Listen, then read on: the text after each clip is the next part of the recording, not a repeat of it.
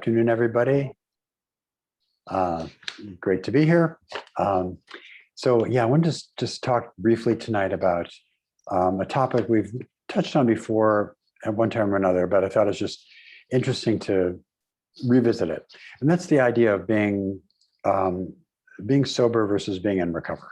And we use the terms interchangeably sometimes, including sober meaning full recovery, but I'm drawing a distinction, meaning sober meaning we're not acting out, we're not using drugs, we're not doing our kind of inner circle behaviors.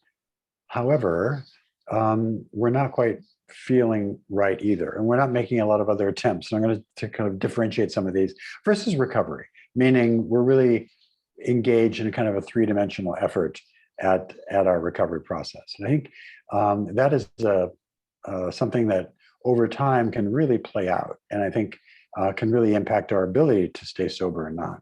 So when I'm saying sober in kind of not a positive way, sober meaning I'm not acting out, I'm not actively drinking, I'm not actively using cocaine, I may not be looking at porn, but what am I also not doing? Oftentimes I'm not attending any kind of support program, whether it's 12-step or Smart Recovery or anything else for that matter. I may not be in therapy, or if I'm going to therapy, I may not be honest with my therapist. I may be reluctant, I may be argumentative, I may skip a lot, I may be kind of half-hearted, which some therapists unfortunately allow people to do for quite a while, some time. I may not be taking the medications that I should be controlling to control my depression or anxiety or something else, or I may be taking medications that some doctor who doesn't understand addiction is giving to me. So whether it's taking something we shouldn't or not taking something we should, our meds, that kind of taking care of our physical health and the emotional health through the physical process may not be getting in shape. We may not be getting treatment. So all this kind of self-help prescribed things that we talk about as being so important may not be taking place, right? What else are we not? We might be white knuckling, and this is very typical. If we're not taking care of ourselves, we're not getting the support we need, if we're not moving and growing. I think that's one of the themes tonight, I think, is that recovery, as opposed to just kind of being dry or just sort of going through the sober behavior emotions, recovery really requires constant motion. I've been in recovery a lot of years, and if I'm standing still, I think my belief at least is that I'm kind of heading back toward my disease. I have to keep going forward in terms of recovery actions. And over the years, I may not go to I was going sometimes 2 and 3 meetings a day for the first months of my program. I don't do that anymore, but I still am very much involved and engaged, not only in my 12-step programs, but other kinds of self-help groups as well, and my own self-care and my own therapy and so on.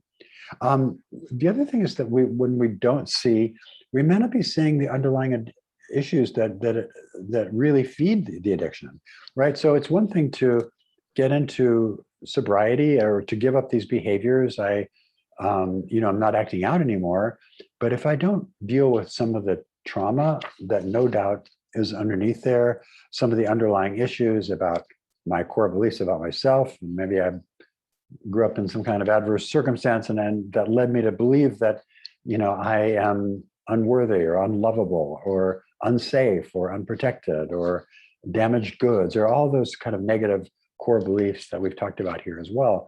If we don't start addressing some of those, they're going to eat away at our resilience and our ability to really live a life in recovery.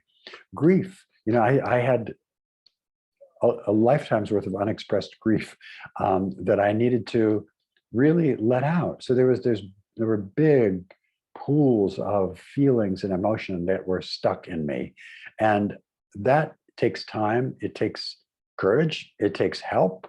It takes some resilience, I think, to kind of get through that stuff and to deal with these feelings that, frankly, my addiction was all about avoiding my whole life. I didn't want to feel those feelings. And so in recovery, I really had to kind of look at those, or I knew it was going to kind of bring me under. So grief, anxiety, depression, life situations. I was trying to make a big transition in my life at the time, and it was really important for me to get that support in that process. The other thing that can happen if we're just kind of trying to just not drop into our addictive behaviors, but not doing much else to help ourselves, we're at high risk for just switching behaviors. So if I give up my porn habit, what do I get from porn? I get intensity, I get a lot of preoccupation, I get fantasy. I might just strap on something else. I might just move into gambling or move into excess work or move into other areas that allow me that intensity. And so I think, so my point here with all this is that unless we do all the other motions and actions and things that we need to do to really do the work we need to do to stay sober in recovery, we're going to have problems. So in recovery, so that's what I mean by being truly sober. And recovery, on the other hand, is where the disease is in remission, but not really cured. Where, obviously it's a lifelong thing. We understand it about addiction, but we don't have to be living on the edge of addiction all the time. We, in my experience, if we do this extra work and the essential work, we really do get free of the obsession, the mental obsession. We get free of the cravings. Do I get things once in a while? Yeah, maybe but really once in a while, very rarely. So it does allow us to have that opportunity to be free of that mental obsession. If we treat those underlying issues, that we really start to improve our mental health, our spiritual health, our emotional health, we have fine behavioral solutions. Suddenly, and this is all kind of there for us in the promises, a lot of changes happen that we thought we could never imagine happening in terms of life circumstance, how we address problems, how we face the world, how we do things. So the promises really do spell this out when we kind of live this more three-dimensional recovery.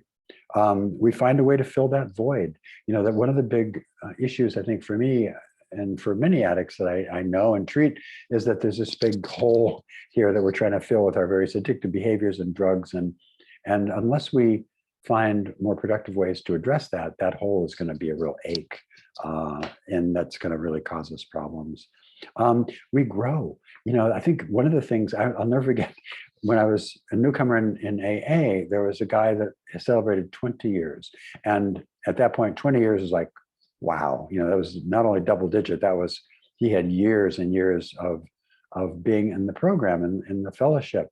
But what didn't seem to make sense to me was that he was the angriest person I think I've ever laid eyes on. Everything he shared meetings was nasty and cold, and he would blow up people and scream, and he was in these rage attacks. And I thought, how could this guy have 20 years? And to me, he was an example of somebody, did he go to meetings? Yeah.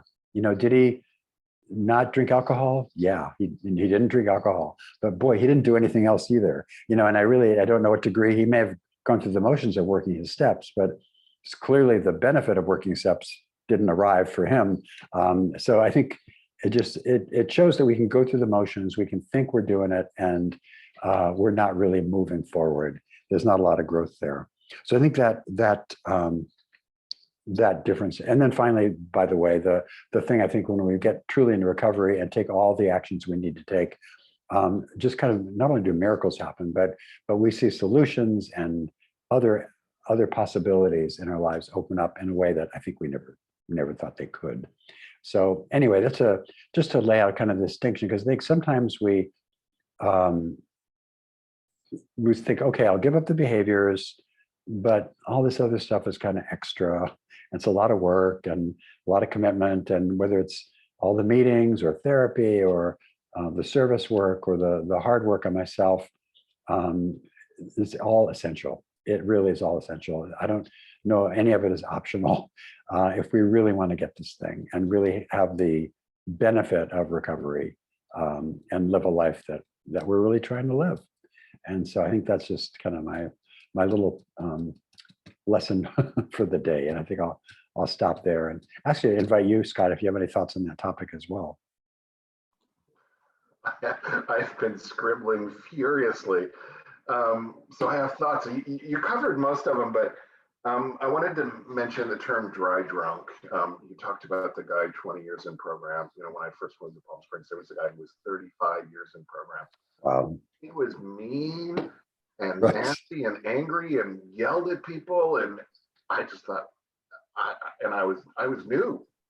I thought, I don't want to be like this. And people explained to me that he's a dry drunk. Means he comes to meetings, and he acts out because he hasn't done any of the work on his underlying issues. And I think Right. that's a big thing is, whether you're working the 12 steps of recovery in AA or SAA or whatever program it is, or therapy, or, combination, which, research shows works best is a combination of professional recovery and 12-step recovery and support groups like this one. He just wasn't doing it. So he wasn't addressing his underlying issues. So my first question to you is, what are the underlying issues that addicts have? And I know we've talked about this before, but it might be kind of good to mention the things that we really need to work on usually. Great question. And we know just from tons of research at this point that certain conditions kind of set the stage for addiction to develop later in life, right? And those are called adverse childhood experiences. They include all kinds of abuse, whether it's spiritual, emotional, sexual, intellectual.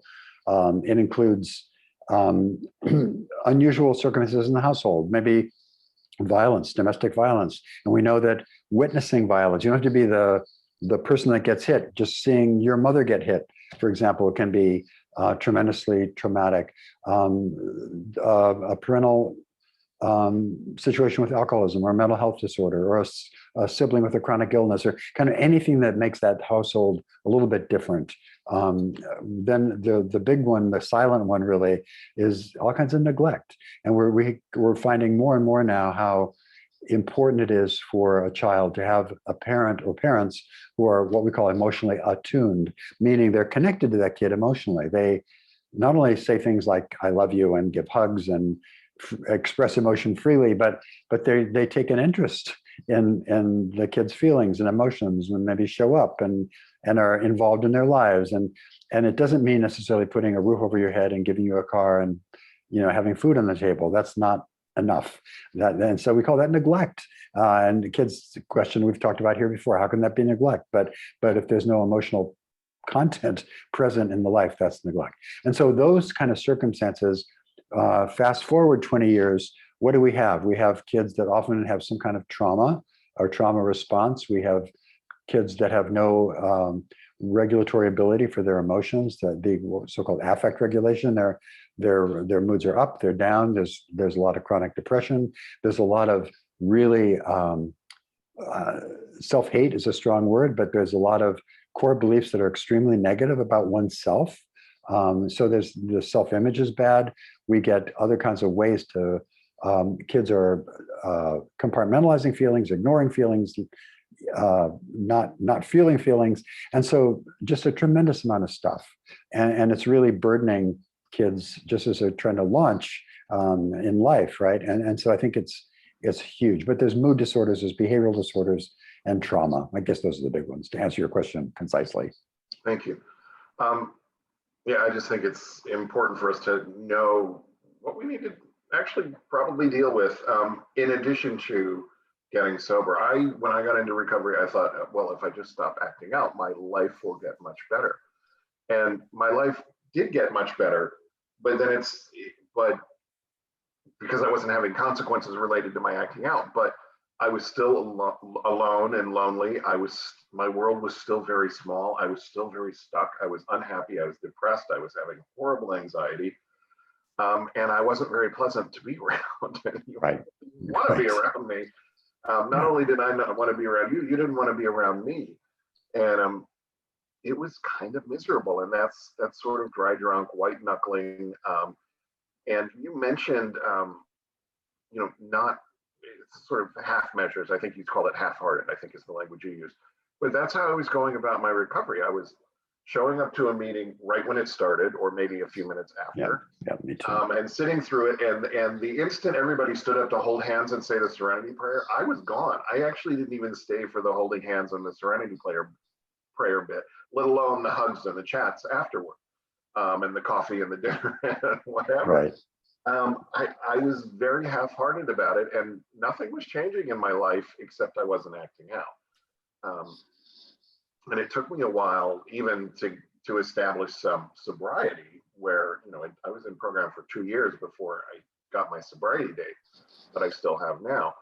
But And it was because I wasn't doing any work. And as soon as I started doing work, I've been sober ever since. As soon as I Right. started doing the work, but I had to make up my mind that I didn't want to live that way anymore. And I think that's a turning point for a lot of addicts, is realizing I'm no longer doing this for you or for my job or to stay out of jail or whatever. I'm doing it because I'm miserable and I don't want to be miserable anymore. Right.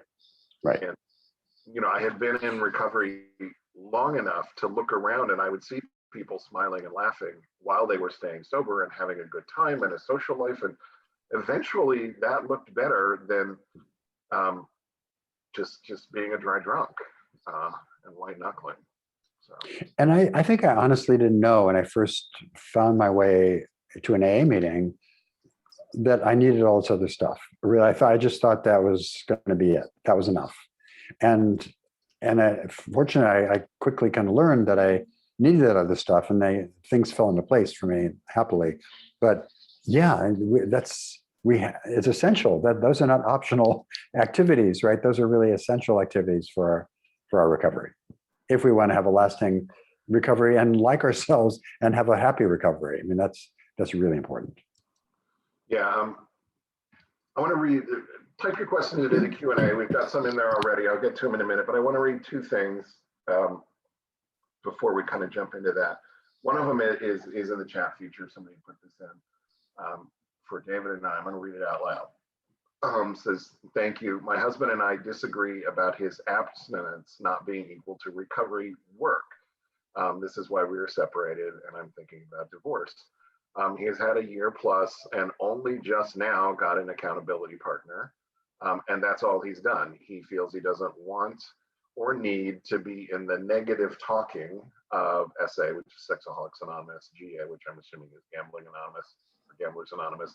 And then he just wants to be positive and happy and move forward. And yeah, if you are not, comment on that, David. I want to hear your thoughts on this because I have thoughts too. But yeah. So this is a great observation, right? I'm sorry you guys are separated and for the circumstances, but I think you've nailed it here. And it is work, and you put it in all caps, and it's work. I think what I see as a therapist and a trauma therapist is that sometimes people do this kind of bypass over the work, and sometimes they we call it a spiritual bypass. Sometimes they kind of find a higher power or God and everything's fine, and they never really go through the grief or the hurt or the pain. They just kind of jump to a happy place, and they're jumping over necessary steps. That's almost doomed to fail, because unless we go through the steps, and you can't skip over the hard work of feeling feelings and cleaning up messes and correcting mistaken beliefs about yourself and all that stuff. You can't just kind of do magical thinking and say, okay, it's all better now. And obviously is that where we all want to be? Yes, we all want to be in that place where we're feeling good about ourselves, but there's no shortcut. And I think that's the thing that people miss sometimes. They just don't. Any addict is a classic avoider. We don't want to feel this stuff. And I think if we if we're somehow given the opportunity to skip the work or help to believe that might work for us somehow, that's a real trap, because I've never seen it work.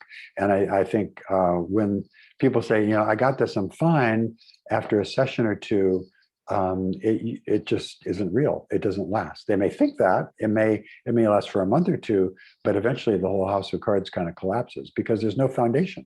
They haven't built it on anything with that hard work of really self-examination and digging and some discomfort and finally breakthroughs and change. But that's the sequence that things have to go in. Yeah, then the other part that really stuck out to me was now we're hearing this from the betrayed partner, but I'm assuming this is pretty much a quote, the negative talking that occurs in 12-step programs. So this is why he doesn't want to go. He feels it's really negative. If you're looking for negativity, you'll find it. That's my number one thought. When you go into a 12-step meeting, and if you're looking for negative thoughts, you'll find them. If you're looking for positive stuff that can help you and that can help you help others, you'll find that. If a meeting is really negative, and some meetings are, find a new meeting. So I don't know if I know you have thoughts on that, David, because we've talked about sometimes you got to find a new meeting. Yeah, and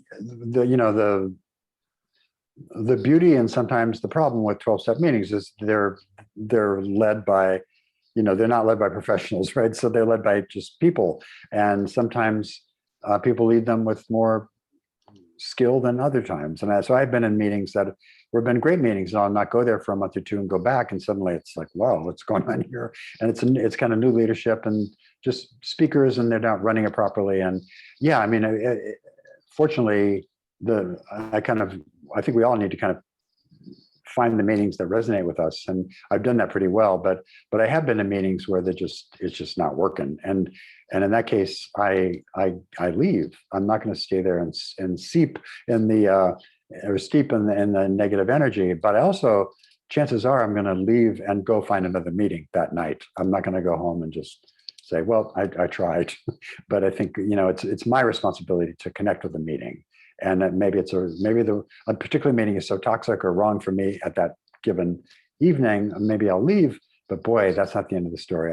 Then it's my responsibility to really follow through and get myself connected somehow, or get myself to another meeting. Yeah, there were meetings that tend to have a vibe of people who are still living in and sort of stewing in the problem and not really interested in actually getting out of the stew pot. I look for meetings where people are interested in the solution, talking about the solution. I look for meetings where people are smiling and laughing. My home group in Palm Springs is actually called Alone No More, but most people call it the Poorly Behaved Old Timers meeting, because there's a core group of us that have been around for a long time, most of them a lot longer than me. And we don't really behave very well.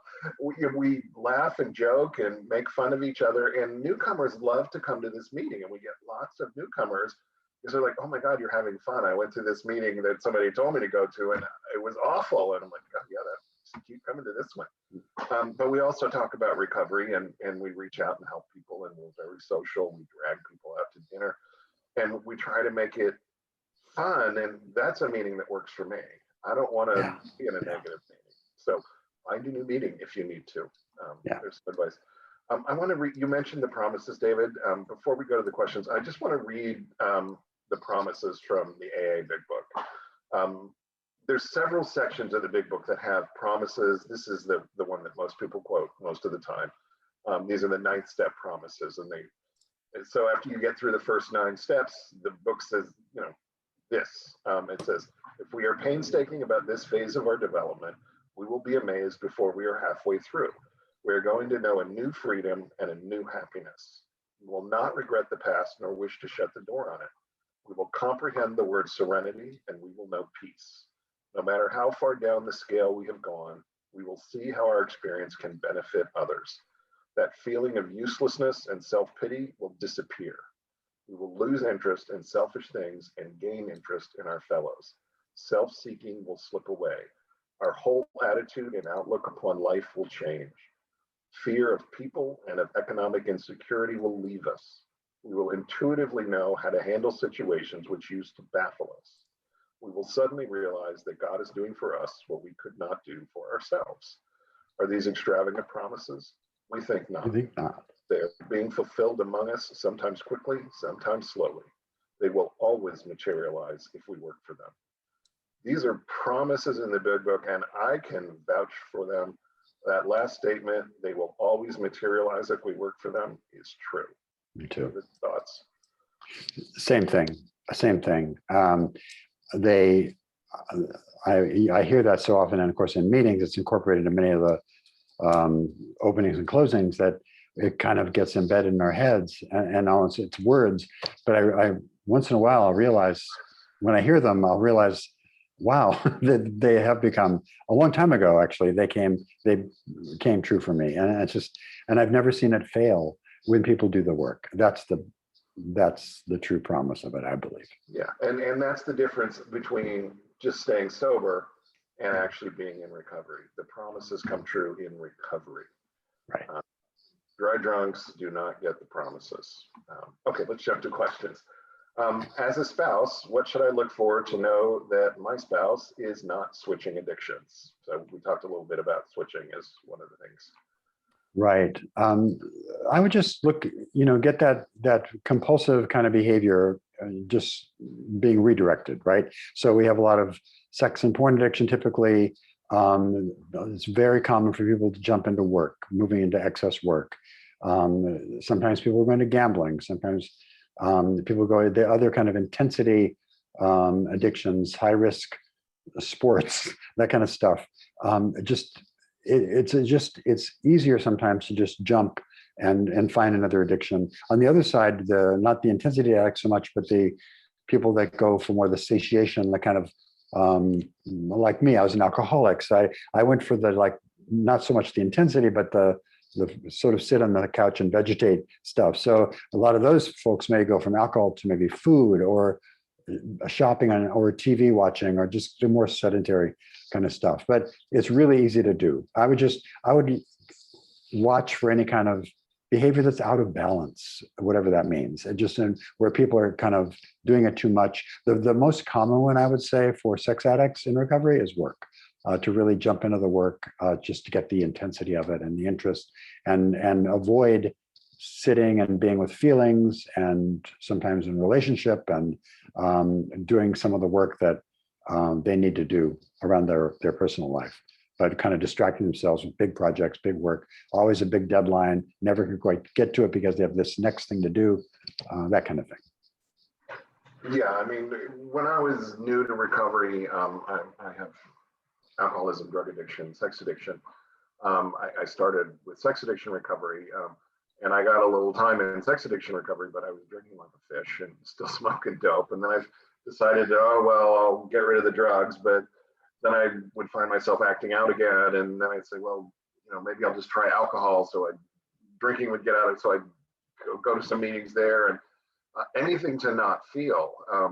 When I finally went to treatment, I put on like 30 pounds in 30 days because I was eating. I went to a treatment center where there was sort of unlimited, high carb food and ice cream and all of this stuff. And, I was just stuffing my feelings and anything to not feel. I mean, by the way, at our treatment center in LA, we have a chef who makes delicious, very, very healthy food with proper portions. There's plenty, but not too much. And sometimes the guys will say, why isn't there any ice cream here? And the response is, why do you want ice cream right now? And get them talking about their feelings. Not that we never have ice cream there. We do sometimes. Yeah, we do have some. Yeah. But, they want ice cream there 24/7 because they're having a feeling, and chocolate fixes it apparently. As an addict, I'm speaking as an addict, pay attention to what you're doing and why you're doing it. And I had to learn that, I want to go shopping because I want to get out of my head. This is not, I don't need anything or want anything. I just want to go spend money because I get a little adrenaline bump from that or something. So, yeah. Exactly. Yeah. So, is thinking sexually about your wife while on break or separation considered a form of porn? Good question. I've stopped the porn, but after a conversation with my spouse, I never thought that replacing porn with fantasies, particularly fantasies about my wife, is a bad thing. Is it? That's a really interesting question. Yeah, fascinating question. I think, one of the things that's damaging about sex addiction is the objectification piece, and how and typically other strangers are objectified, and people that we may not know, or maybe not even be real. Maybe they're seen on a video or a movie or something. But it also, sometimes we can objectify people we care about and have that emotional connection with. And I guess I would say that any kind of objectification, at least in early recovery and for well along in recovery, is probably not a good idea. I would like to I know you separated, it sounds like, but I think having the ability to kind of relate to people in three-dimensional terms, in terms of feelings and emotions and other kinds of things as well.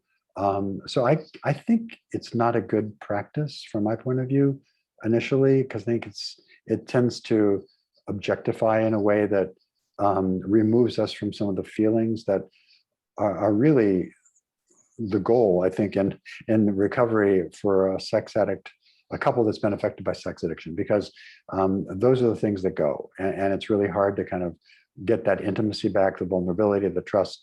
I think all of that is wrapped up around emotions. And I think when we think about somebody in just purely sexual or pornographic terms, even, it kind of eliminates that the three-dimensional part of them being sort of a person with feelings and ideas and thoughts and everything else. So I think it's not a great idea myself. Scott, do you have thoughts on that? You know, I think this was in one of my online work groups. We have work groups for people new to recovery, to introduce you to recovery, and there's 3 levels, and it was in. You can find those on seekingintegrity.com, and they're like 6 weeks, an hour and a half once a week, and they're really good. I teach them, and David and I put them together. So they're very good. They are good. So, but I think it was in one of those groups where we were talking about this, and one of the guys said, I feel like for the last couple of years of my marriage, I was using my wife to cheat on my wife. And what he meant was he would turn his wife into a body part and have sex with the body part, and he was completely disconnected from her. And he felt horrible about it. And he's planning to talk to her about that as part of his disclosure, how he had objectified her. And it was a really interesting conversation. And I think guys really do that. What are some tools, just to follow up on this, that guys can use when they find themselves objectifying, particularly guys new to sex addiction recovery, or women new to sex addiction recovery, can use when they find themselves objectifying anyone, not just a spouse, but like 3-second rule, things like that? Yeah, so we talk about some of these basic things with our clients. One being this 3-second rule, meaning there are attractive people out there in the world. We're going to encounter them. We're not going to live in a closet the rest of our lives. So chances are we're going to see somebody that's attractive to us. And could we get triggered? Yes. That's not that so much isn't our responsibility. What is our responsibility is what we do from that point on. And so rather than take that, noticing somebody, rather than linger over that, sort of go into fantasy, think about it, what would this person be in that situation or whatever, playing with it, we break that and we kind of rehumanize that person, right? We think about them, that this is, if it's a woman, this is, somebody's daughter or somebody's wife or somebody's sister, or just kind of make them a more 3-dimensional person as opposed to just a sex object. So I think to really break the almost automatic inclination to kind of drop into fantasy and play with it, right? Go roll with it, to cut that off. And that's, the addict in recovery does have a responsibility to do that. And then a responsibility to kind of de-objectify that person. And one way to do that is to kind of rehumanize them in a way, to remind ourselves that this is a person that I've just tried to objectify into a body part or just a mere sex object. Yeah, I know that you can wear a rubber band and snap it when you catch yourself lapsing into fantasy. Always have support network numbers in your phone. I'm holding my cell phone here, and so you can call somebody if you need to.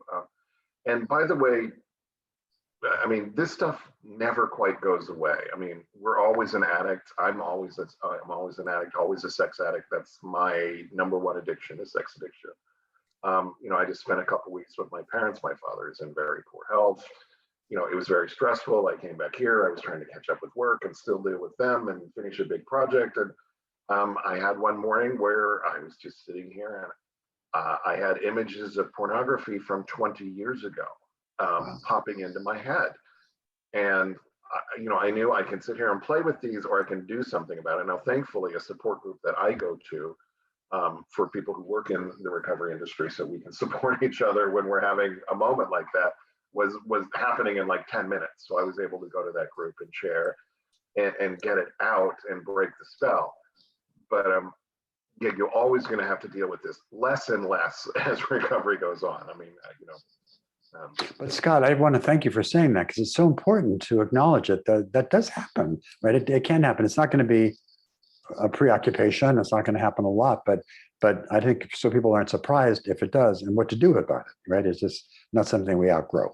I mean, I'd be willing to bet that you do not walk through the liquor aisle at the grocery store. You just don't do it. No, I don't. And you've been sober for David's been sober a long time.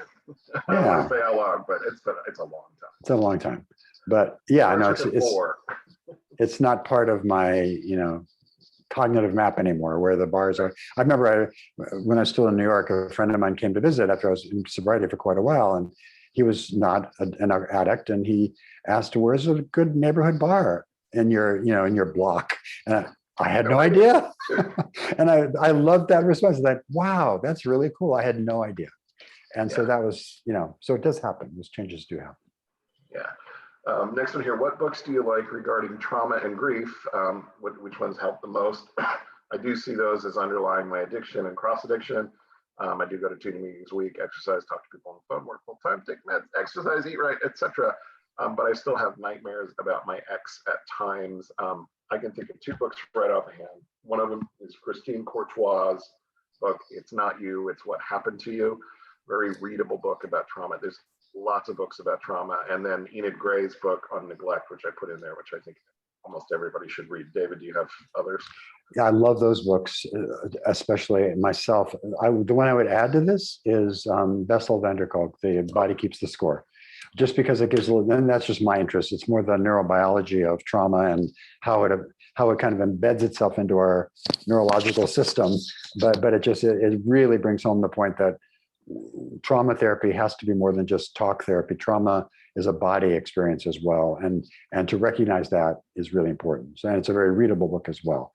So there's some wonderful books on trauma right now that are just fabulous books. Yeah, I just popped Chris's book and Bessel's book in the chat feature for you.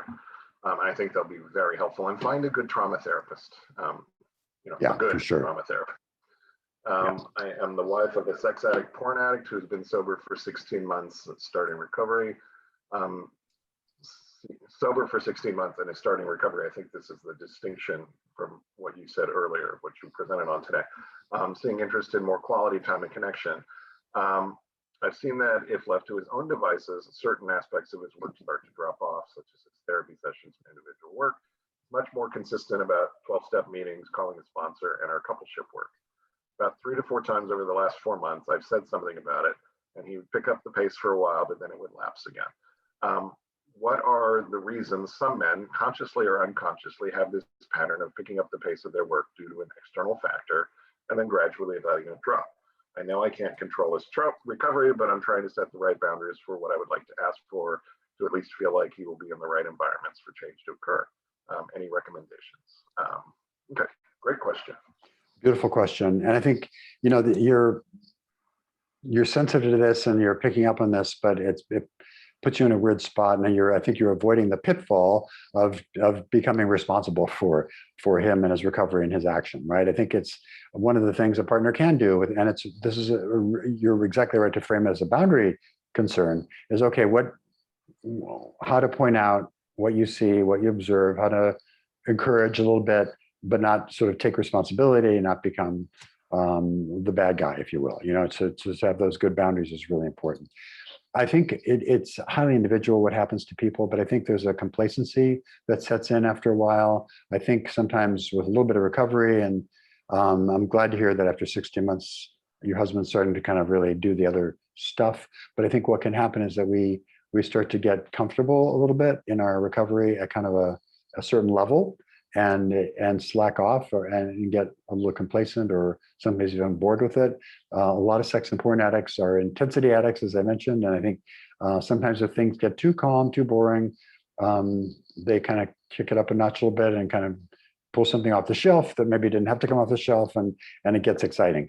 But I think it's highly individual. I would bet if this were a client of mine in therapy, that when those moments occur, he's coming up against something, conscious or not, that probably needs some work, maybe a little uncomfortable, some feeling, some history, some pattern, something is there that is maybe just easier to kind of look the other way at that moment, go back to business as usual. But I think we all have these kind of rhythms and, you know, elements of resistance. But I think sometimes if people slack off with those patterns, what I typically see is there's a reason for it. It's not just kind of random.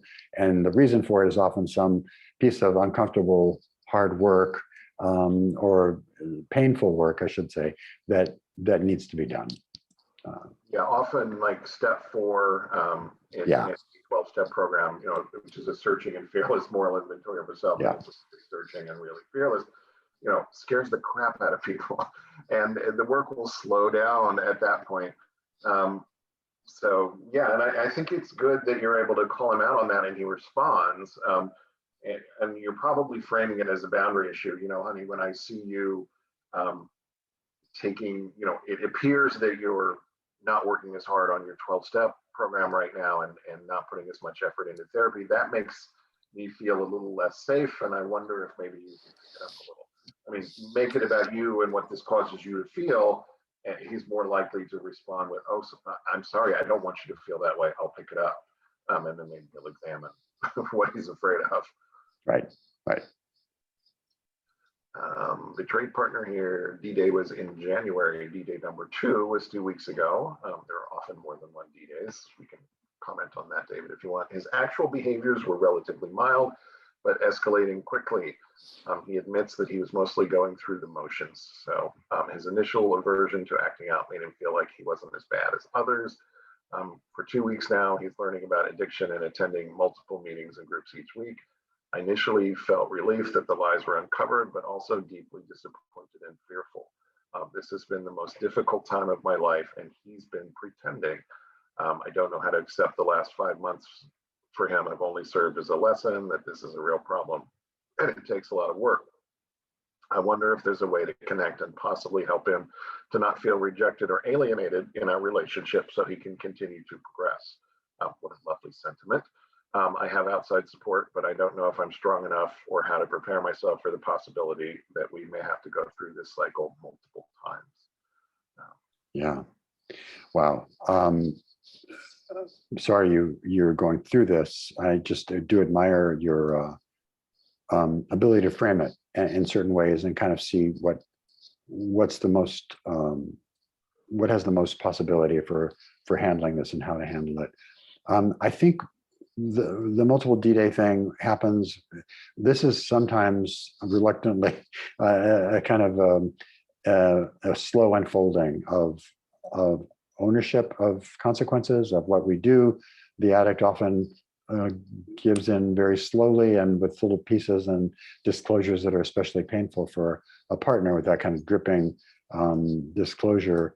So it's incredibly painful. But I think very often this is the case of people kind of trying it at one level and it doesn't work. And going back to that distinction we started out with tonight of kind of maybe being sober versus in recovery, things don't work clearly, maybe feedback from a spouse like you, maybe circumstances, but they say, okay, I got to kind of dig a little deeper. Maybe this thing come in, maybe they weren't totally honest with those disclosures and here's something else.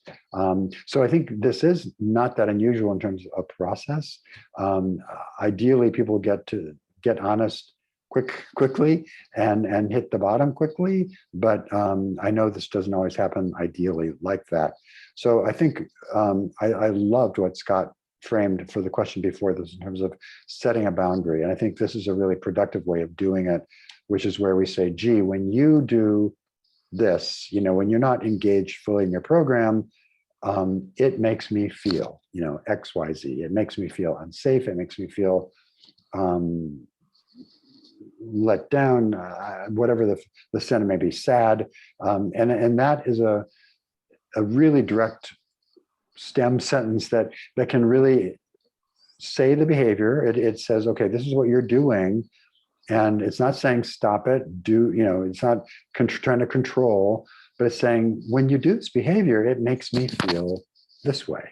And I think that's often a very productive way to frame things to encourage behavior change. Because couples hopefully do tend to care for each other and care about that. And I think the ability to, especially in recovery, when the addict starts to realize that their behavior has had a tremendous impact on there's more empathy starts to grow, but the addict, I think, can then respond out of some compassion as opposed to giving in to some power struggle that you don't want to get into anyway. So I think just to continue to try to be as sensitive as you can. You have a lot of empathy for him, which I think is great. But I also think it's really important for you to clearly state how the effect that this kind of slow unfolding of his addiction is having on you and how it's making you feel. That's the totally legitimate thing to share. And I think it'd actually be very helpful for him to hear. So I'm typing in the chat feature right now. This Friday, Matt Wheeler is going to do a webinar dedicated to what we call therapeutic disclosure, which is the best and usually most effective way in terms of helping the relationship and helping betrayed partners start to heal.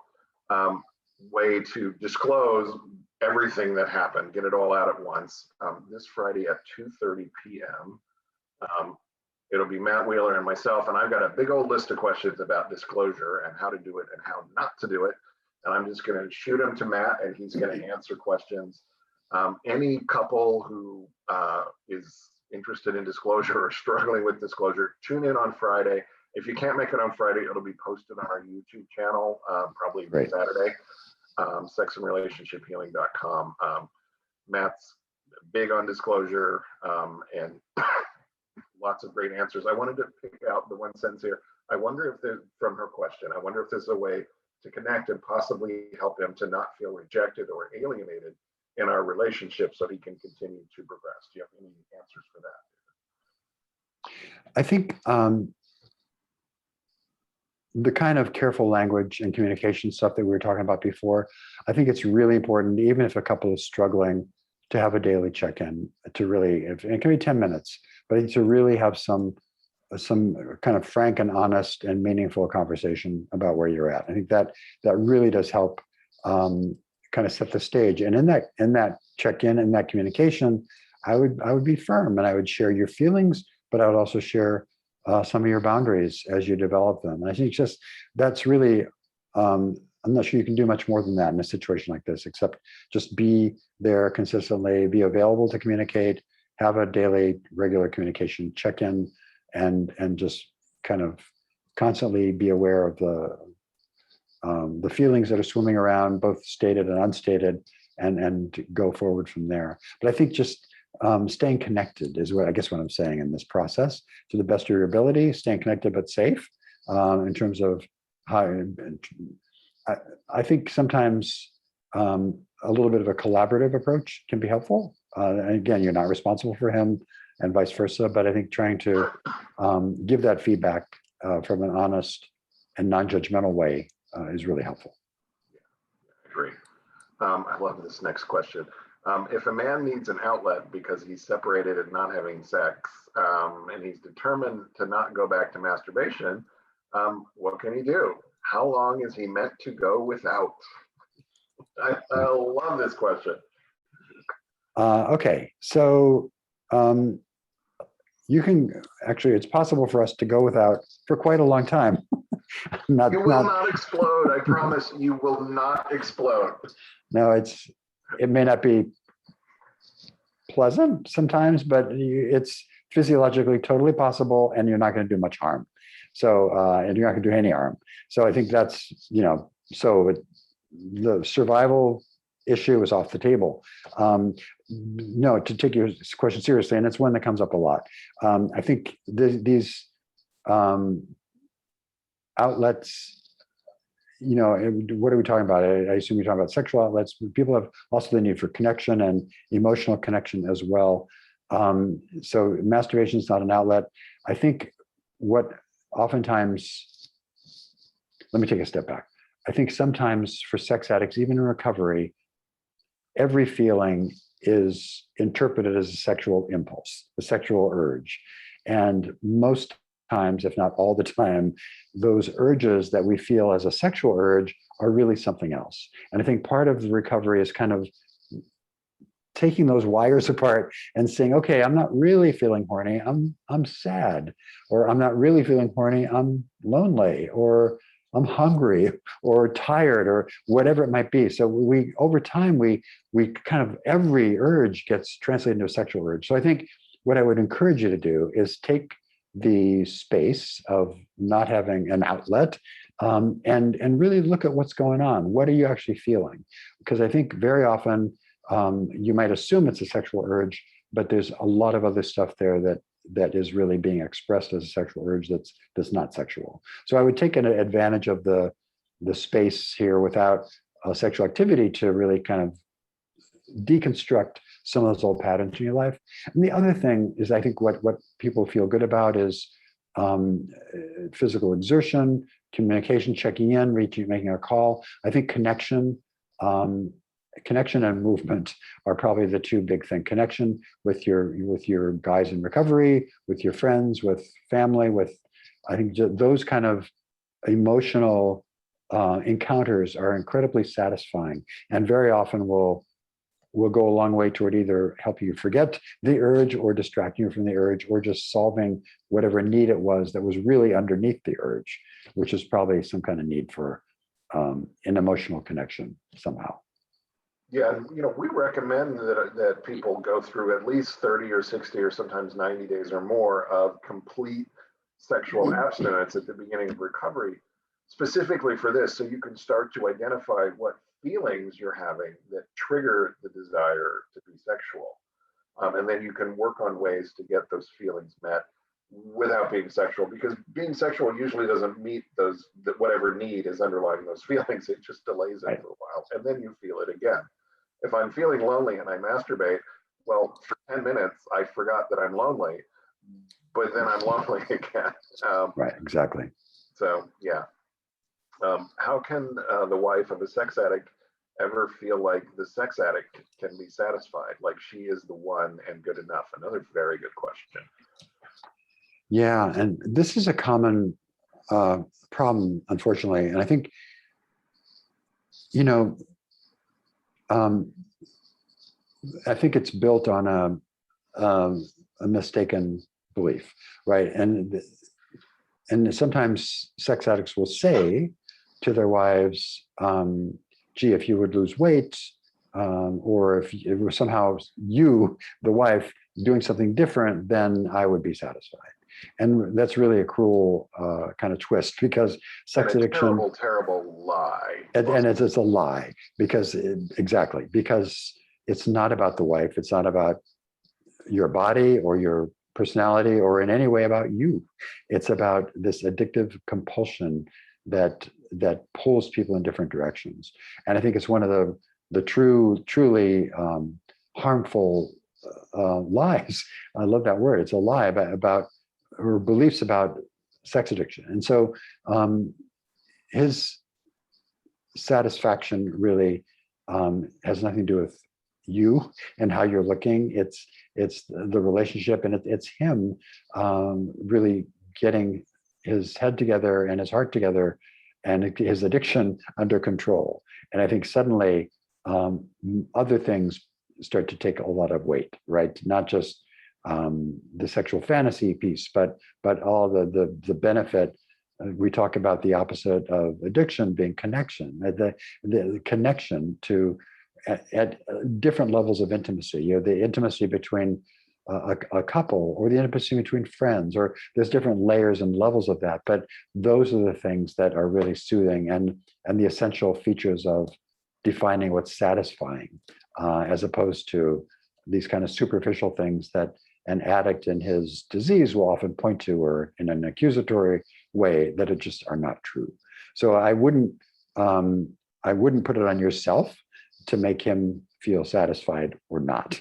That's going to be a factor, I think, of his recovery and his work on himself, not you. Yeah, I think it's helpful to both parties to understand that sex addiction really is not about sex. I'm not a sex addict because I love having an orgasm. I'm not an alcoholic because I love the taste of alcohol, or, I'm an alcoholic and a sex addict because these things got me out of my head. They got me away from the emotions that I didn't want to feel, like loneliness and shame and boredom, and they were a quick fix. And with sex addicts, it never has anything to do with the partner. Now coming back, as David said, connection is really the answer, not only to addiction recovery, but also to relationship recovery. It's right. All about feeling intimately emotionally connected. If both of you feel intimately emotionally connected, the sex is going to be great. I mean, it might be, it's going to be fun. I mean, it's not always great, earth shattering, but it can be fun. And David often mentions Masters and Johnson, Selfhate focus, things you can do to feel more connected on your way to being sexual again. Right. It's great exercise. Yeah. Are dopamine hits similar no matter what the activity, work, sex, drugs, etc.? Yeah, pretty much. Our brain is wired for this dopamine reward, and we're meant to get it with connection to each other and good food and orgasms and listening to great music and all the stuff that gives us pleasure in life. Addiction hijacks that. But basically, it's the same, no matter what the source. Just some things give a lot more, but like methamphetamine and porn happen to give us way more dopamine than we can get from a good run or a hug with our husband or wife. And so addicts tend to gravitate toward the higher powered stuff, but it's really all the same in terms of the activity. And in recovery, addicts, we have to learn to love the slower, lower blast of dopamine as opposed to this massive rush, which doesn't last very long. But exactly. Right. And the other thing, it's not all about the dopamine. There are other neurochemicals that can make, sex with my wife, way more rewarding than porn sex or prostitute sex or affair right. sex ever was. So can you talk a little bit of take us out other neurochemicals? Yeah, so dopamine is all about preoccupation and a reward, but there's things like serotonin that gives this sense of calm and connectedness. There's oxytocin, which is called the love hormone because it's a bonding hormone. So there's a bunch of stuff that's floating around in our systems that enhance and create the whole experience, not just dopamine. Dopamine is the big one in addiction, but in terms of intimacy and connection, there's a bunch of different neurotransmitters involved. And I think, one of the differences or one of the factors in recovery, in the way we're using recovery today, is that we learn to appreciate other rewards other than this pure dopamine adrenaline thing that we get from sex addiction. Right. That's why I love the idea of mindfulness, where we start to really pay attention to senses and what are we smelling, what are we touching, what are we seeing, and just kind of starting to be aware of that. And that really helps break that vice grip of just this reliance on dopamine as the eel and the be all and end all. There's much more to it. Okay. We're out of time. We did not get to all the questions today, so hang on to them. Bring them back next week, please. We'll be happy to answer them. And I do want to remind you about Friday, 2:30 p.m. With Matt Wheeler. He's going to be talking about therapeutic disclosure. So if you're interested in that, please come, or please at least watch the video and let other people know. It's free. Everybody's welcome. Beautiful. Anything else, Okay. David? That's it. And just remember, the first step is the first step. Giving up those behaviors and drugs is just the beginning. It's not the end of the story. Okay, thank you, everybody. Thank you, Great Scott. questions tonight. Great session. Thank you so much. Good night. Be well.